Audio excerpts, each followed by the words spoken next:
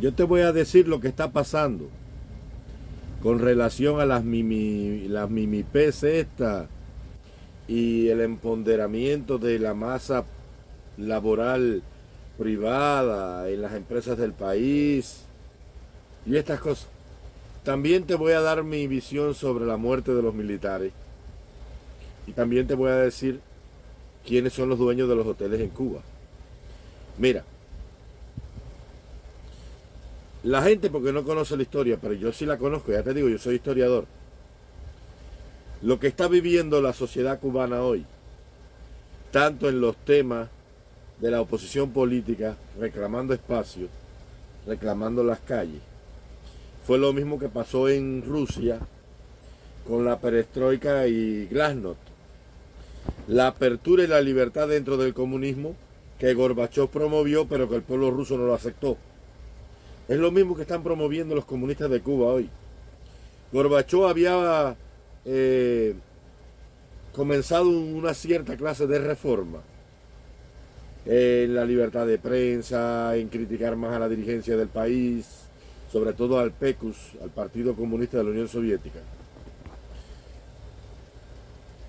Había puesto la ley de que un dirigente no podía ser eternamente en el poder vitalicio, como mismo han puesto en Cuba, que 2 periodos de 5 años nada más. La misma historia de lo que está pasando hoy en Cuba fue lo que pasó en la Rusia y en la Unión Soviética de los años 90, 89, 90, 91 y 92, cuando Yeltsin asumió la presidencia final y total del país, en una Rusia ya democrática, que volvió a secuestrarse cuando Putin llegó al poder.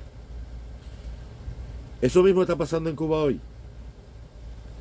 Ellos han aflojado el tornillo, como mismo los rusos, los soviéticos en su momento, en los 90 lo aflojaron igual. Entonces, ¿qué fue lo que pasó con el tema de Archipiélago y la oposición política? Ellos tienen que encarcelar a Ferrer y a todos los líderes políticos, porque tú te imaginas a Ferrer suelto en este momento en Cuba. Es virar Santiago y Oriente entero. Y por consiguiente La Habana. Entonces, ellos están amenazando a Junior y a los muchachos de Archipiélago y a todos los disidentes del país, porque saben que ya les llegó la hora. Entonces lo que están es ganando tiempo. Tiempo para ellos rearmarse y quedarse con lo que queda. Soltar el poder político del país, porque saben que es inevitable, por 2 cosas. Uno, por muerte generacional. Murió la generación Castro-Ruz. Y Raúl ya es un anciano decrépito de 90 años. Y también todos los generales se han muerto. Y la juventud no quiere seguir cargando con ese muerto de miseria y de hambre. Entonces ellos lo saben. Entonces, ¿qué están haciendo hoy? Están dándole sus grandes empresas a los más cercanos acólitos del régimen. Por ejemplo, darle el estadio latinoamericano a una parte de la pandilla, a un coronel, a un director de empresa, y así los van empoderando del poder económico del país para quedarse con el país, pero en el poder económico. Aunque pierdan el poder político, siguen en el poder porque tienen la plata.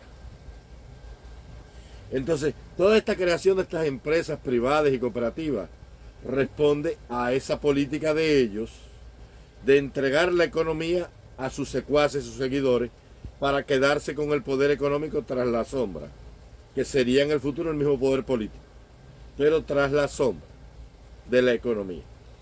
Ahora, porque Cuba está viviendo lo mismo que se vivió en la convulsa Europa del Este y en el antiguo Imperio Soviético en los años 90. Es lo mismo. Entonces, como saben que Archipiélago no va a ceder ni la oposición, porque no es archipiélago, son todos, ellos tienen que amenazarte con que te van a echar 30 años. Pero ya saben que eso es inevitable.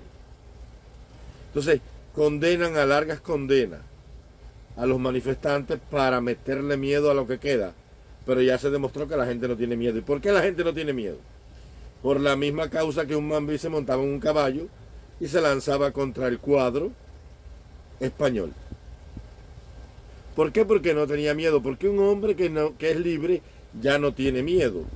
Miedo tiene el esclavo, que por temor al látigo, al cepo, al boca abajo, entonces acepta la mocha, el barracón y la plantación, la humillación y el maltrato. Pero cuando ya se revela el esclavo, ya no hay miedo. Y es lo que le ha pasado al pueblo de Cuba. Y el pueblo cubano se liberó. E inevitablemente va a buscar la libertad que le falta, que es la libertad física. La libertad jurídica. Porque ya la libertad mental está en el pueblo de Cuba. Ya la gente sabe la verdad y se liberó. Entonces ahora la gente que ya no tiene miedo, que no le importa lo que la fiscalía dijo, que van a salir y se meten en archipiélago, entonces saldrá el grupo Islote. Y si meten preso a la isla, entonces saldrá en la Ensenada. Y si meten preso a la Ensenada, saldrá entonces el Fiodor. Ya eso no lo para nadie. Ya no lo para nadie porque la libertad física es consecuencia de la libertad mental. Toda acción tiene una reacción. Eso es inevitable.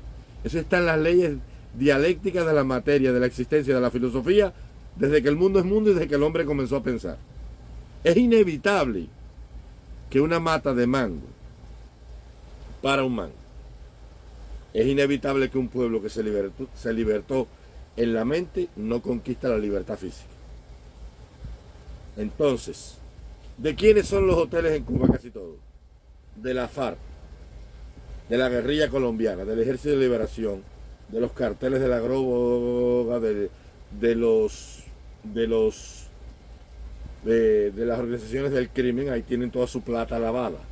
Porque como no hay fiscalización, no hay contraloría, y no hay nadie que supervise el dinero, ahí Interpol no tiene acceso, el Banco Interamericano, nadie tiene acceso a la información financiera, pues es un paraíso fiscal. Porque Cuba es un paraíso fiscal para la inversión. ¿Y dónde lavan la plata? En el turismo. Entonces son sociedades anónimas, que nadie sabe quién son los dueños. Como hay un contrato con una sociedad anónima que reza, por ejemplo, la Meliá, un ejemplo, en sociedad anónima, entonces cuando el comunismo se caiga, ellos seguirán con sus propiedades, porque está hecho en el contrato. Pero es el dinero de la FARC y de los grupos criminales estos, que tienen su dinero lavado, y la otra parte es del gobierno cubano, de la camarilla, de la cúpula del generalato. Eso es lo que está pasando ahí con este tema. Y lo otro es, a mí me suena muy sospechoso que se estén muriendo tantos militares de la noche a la mañana. Es como si cayó la plaga de los militares y se están muriendo todos. Lo que está pasando es como la 10ª plaga que pasó por Egipto, la plaga de los primogénitos, que mató en una noche a todos los primogénitos.